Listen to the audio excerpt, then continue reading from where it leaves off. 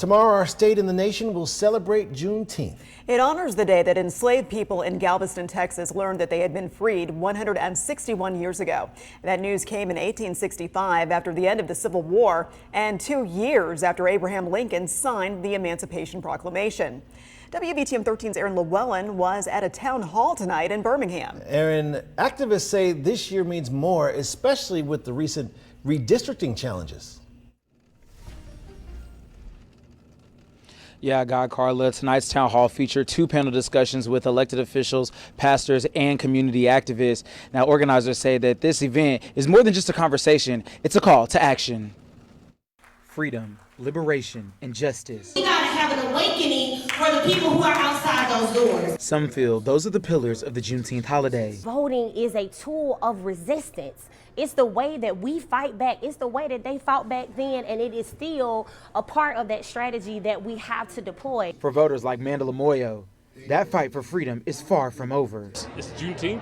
I think it was mentioned already, it was an opportunity for Juneteenth as we celebrate the freedom of black folks and African Americans in this country. It is extremely important to celebrate that freedom, and one of those freedoms that you have as an African American is the right to vote.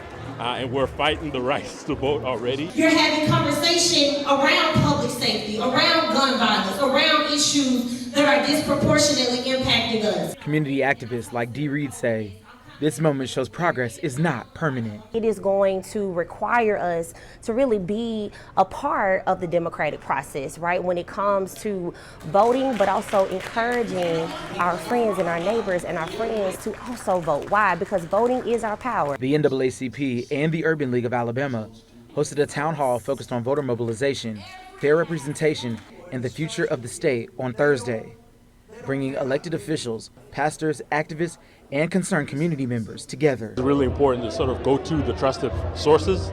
So Urban League, the NAACP, really great places to get voter information, voter registration information, and then also a chance to sort of meet who's running and then who's also in office as well. Especially with the recent redistricting changes that some feel threaten the voice of black communities. We can't wait on anybody else to save us, but essentially we have the power and the ability to do so, to save ourselves. And some feel those concerns start at the local level. If you care about your neighborhood, care about your community, you need to care about who's running that community.